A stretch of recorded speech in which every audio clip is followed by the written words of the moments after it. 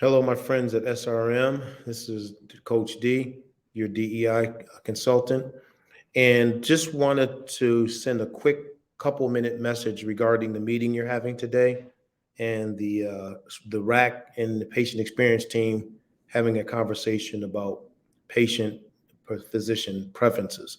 I had a conversation with a good friend of mine who's the director of patient experience for Mainline Health in the Philadelphia area, a highly reputable, fairly large healthcare system, a gentleman by the name of Dom Marci-Kayatta. And I posed a question to him based upon our conversation of patient preference. And he gave me some insight that I think would be helpful. And I'm going to schedule a meeting for UK and maybe Brad to meet with Dom because he just has a wealth of knowledge.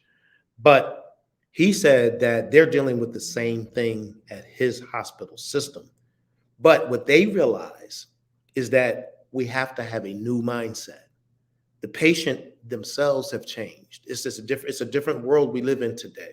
And so the old way we did things and the expectations we had by, let's say, going to school, getting a degree and going into practice, people are more savvy now. They're doing their research. So the first thing he said too is we have to have a new mindset regarding the patient experience. It's not discrimination. Patients are doing their homework. And then also patients are more vocal about what they specifically want. So they're not, again, being discriminatory.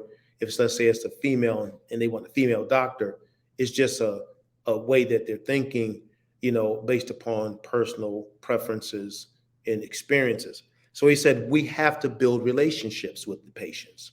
Other words, and I'll just go to the third point. He said, maybe now it's time to get other female patients, let's say, that a male doctor, I'm just going to use the male doctor, it could be LGBTQ, it could be a variety of different things, but just using this particular scenario, getting female patients who have had a great experience with the doctor to give a testimonial and place that on your website. Because the one thing he said was we need to start selling ourselves.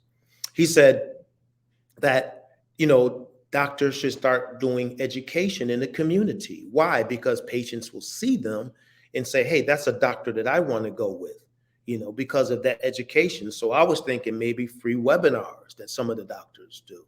But the one thing I loved that was really on point is that he said, get the testimonials and then post them next to the doctor's name on the website from different individuals who's using that particular doctor's services. So what my friend was telling me in a nutshell is today in medicine across the board, not just in reproductive medicine, but across the board, we got to sell ourselves.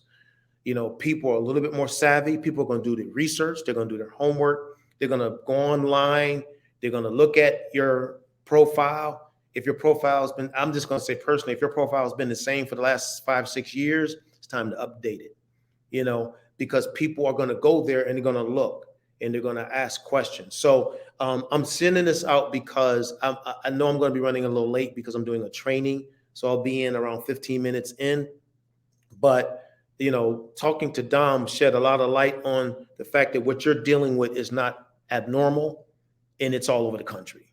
All right. And a lot of it from his perspective is that he calls it consumerism. We got to shift from our practice perspective to a consumerism, realizing we're dealing with people and how do we sell to those people? All right. And the way that we sell now is not the way we sold 5 years ago. Things have changed. So I'll be on, but I just wanted to give you something to work with until I do. We'll talk to you soon. Bye-bye.